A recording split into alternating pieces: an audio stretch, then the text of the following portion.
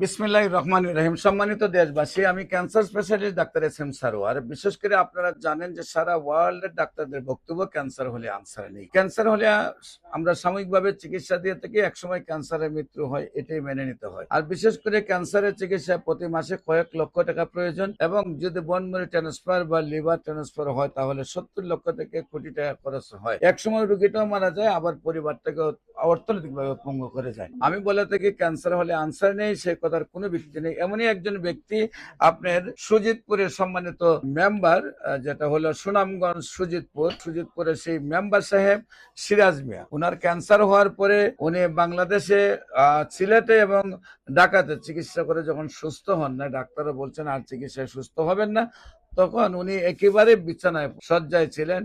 শরীরে মাংস 1 কেজিও, মানে 10 কেজিও ছিল না, এমন অবস্থায় ছিল। সবাই যখন বলছে তার আর চিকিৎসা নেই, তখন আমরা চিকিৎসা করেছি। সেই মজিদপুরের সিরাজ মিয়া কমিশনার আজকে প্রায় 90 কেজি ওজনের একজন সুটাম দেহী ব্যক্তি, এবং আজ থেকে আরো প্রায় 20 বছর আগে আমরা চিকিৎসা করেছি। তার ক্যান্সার হলে আনসার নেই, সে কথার কোনো ভিত্তি নেই। ক্যান্সার সম্পূর্ণরূপে সুস্থ হয়।